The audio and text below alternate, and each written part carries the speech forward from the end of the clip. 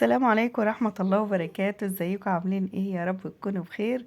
النهاردة هنعمل الغدا ان شاء الله، فراخ ومعانا لوبيا ورز. اول حاجة بجيب الفراخ، طبعا كنت حطاها في الفريزر، طلعتها لما صفت خالص من التلج، وحطيتها في مية. احلى حاجة عشان الزفارة زي ما انتم شايفين كده اللي تروح من الفراخ، وتكون جميلة جدا في الطبيخ. بتجيبي معلقة ملح، معلقة سكر، وليمون ودقيق. بجد بجد تخليها جميلة. شايفين المية؟ انا بس نقعتها وبوريكم المية لما صفى خالص الدم اللي فيها. شايفين اللون عامل ازاي؟ انا حبيت بس ان انا اوريكم قبل ما انا اغسلها. وكنت فاتحة الجنب ده لان الفرخة كان فيها احمرار جامد بصراحة. كنت يعني مش عارفة اعمل ايه، فقلت لازم اعمل الطريقة دي. لقيتها جميلة جميلة، حتى لو ما فيش فيها دم كتير برضك هتضيع الزفارة. وحطيتها بقى تحت الحنفية وتشطيف جامد، لان انا ما بحبش بصراحة يكون لها اي ريحة خالص. شطفتها جامد. شايفين اللون بقت فاتحة ازاي وجميلة؟ ما شاء الله، طريقة جميلة جميلة. يعني احنا كنا بنحط الليمون بس ودقيق وملح، لا انت بتزودي بقى معلقة سكر، معلقة ملح. الزفارة بتروح تماما، ولو في دم بيروح.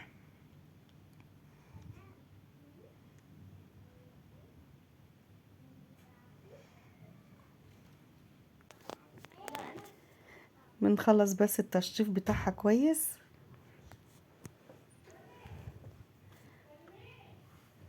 شايفين لون المية اتغير خالص؟ تشطيف جميل جدا، والنقع بتاعه جميل جميل جميل. جربوها وان شاء الله هتعجبكم. ومعايا هنا بصلة، بحب اجيب بقى بصلة اقطعها مكعبات كده، واقوم حطاها وشوية ملح وفلفل واقلب في الفرخة. بصراحة يعني بتديلها ريحة جميلة جدا. حتى ما بتيجي تطبخيها بسم الله ما شاء الله الريحة بتبان، وهي بتغلي كده الريحة بتطلع. معايا هنا ورق لورا وبصلة وطماطماية. بجيب الطماطماية بقطعها، بقسمها. المية غلت معايا، وقمت حاطة ساقطة فيها الفراخ والبصل واللورا والطماطم. طبعا الفلفل ما حطيتوش الا بعديها.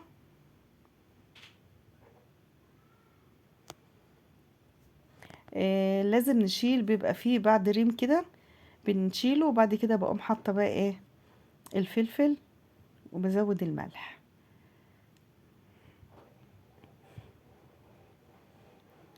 ما شاء الله كانت الشوربه جميله وصافيه وحلوه جدا، وريحتها وطعمها وطعم الفراخ كان جميل جدا بجد والله، في منتهى الجمال.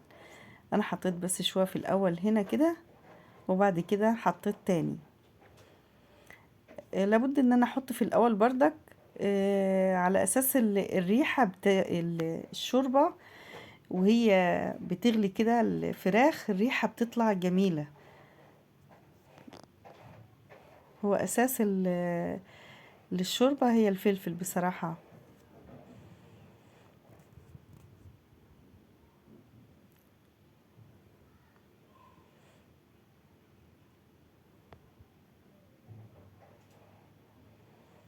كنت مجهزه بقى الطماطم للوبيا.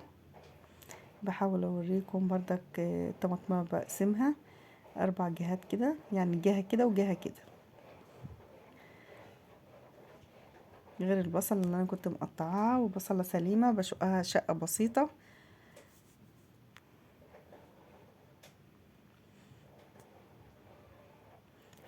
كنت سلقت اللوبيا. طبعا بتغسلي اللوبيا وتسيبيها شويه في الميه تنقعيها، وبعد كده بتسلقها حلو. وعملت قبل كده اللوبيا كنت حطيت لها بصله وتوم ني، وكانت رهيبه بصراحه، طعمها جميل جدا. المره دي عملتها بتوم لقيت الطريقة حلوة فعلا وطعمها جميل. جربوها وهتعجبكم بإذن الله. انا حمرت التوم، كام فص توم كده.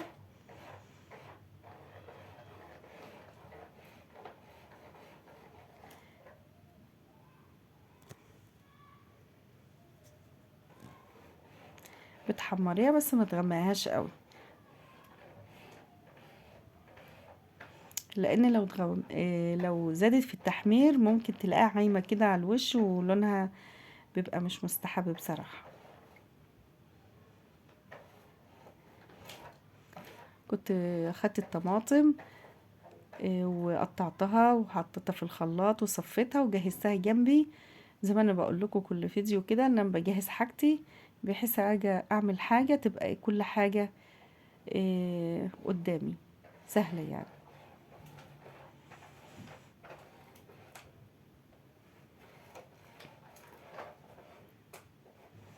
لقيت العين كنت مهديه النار فنسيت خالص فعلتها.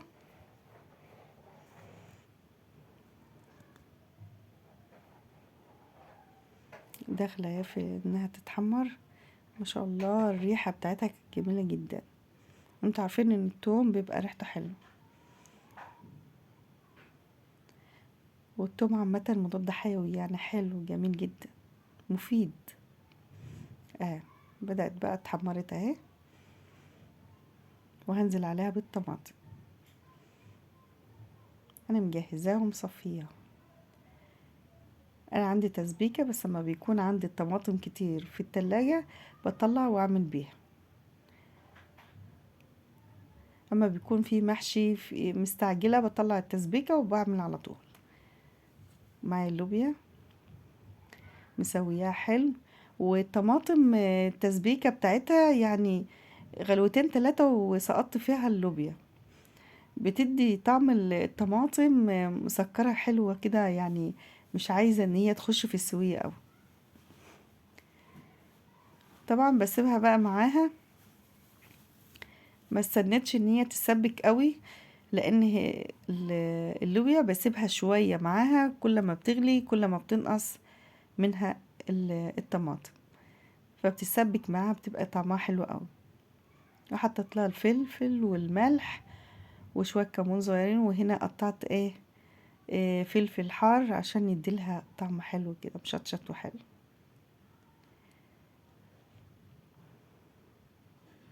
هنا زي ما انتم شايفين كده اللوبيا خلصت معايا، وبجهز بقى الفراخ علشان احمرها.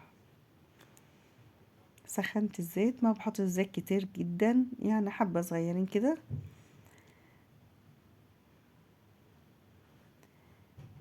طبعا اول ما بتطفي على الفراخ بتشيلي الفراخ من الشوربة علشان تتبخر منها المية، فتبقى ما ترتش عليكي وغصب عن الواحد بيقوم محروق على طول.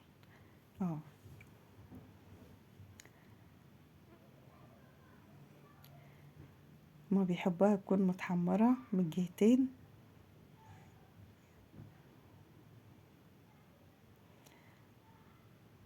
طبعا قلت لكم اللوبيا خلصت فسبتها دقايق كده. شايفين بقى الطماطم قلت وهي سبكت معاها وكانت جميلة جدا. وكده خلصت، وقولوا لي ايه رأيكم مع الشوربة. مجهزة الفراخ اللي حمرتها والرز واللوبيا. متنسوش اللايك وتفعيل الجرس، واللي ما اشتركش في القناة يشترك. كل حاجة جاهزة زي ما انتم شايفين كده، والاكل كان زي العسل بجد والله. اللوبيا كانت طعمها جميل جدا والشوربة والفراخ. والسلام عليكم ورحمة الله.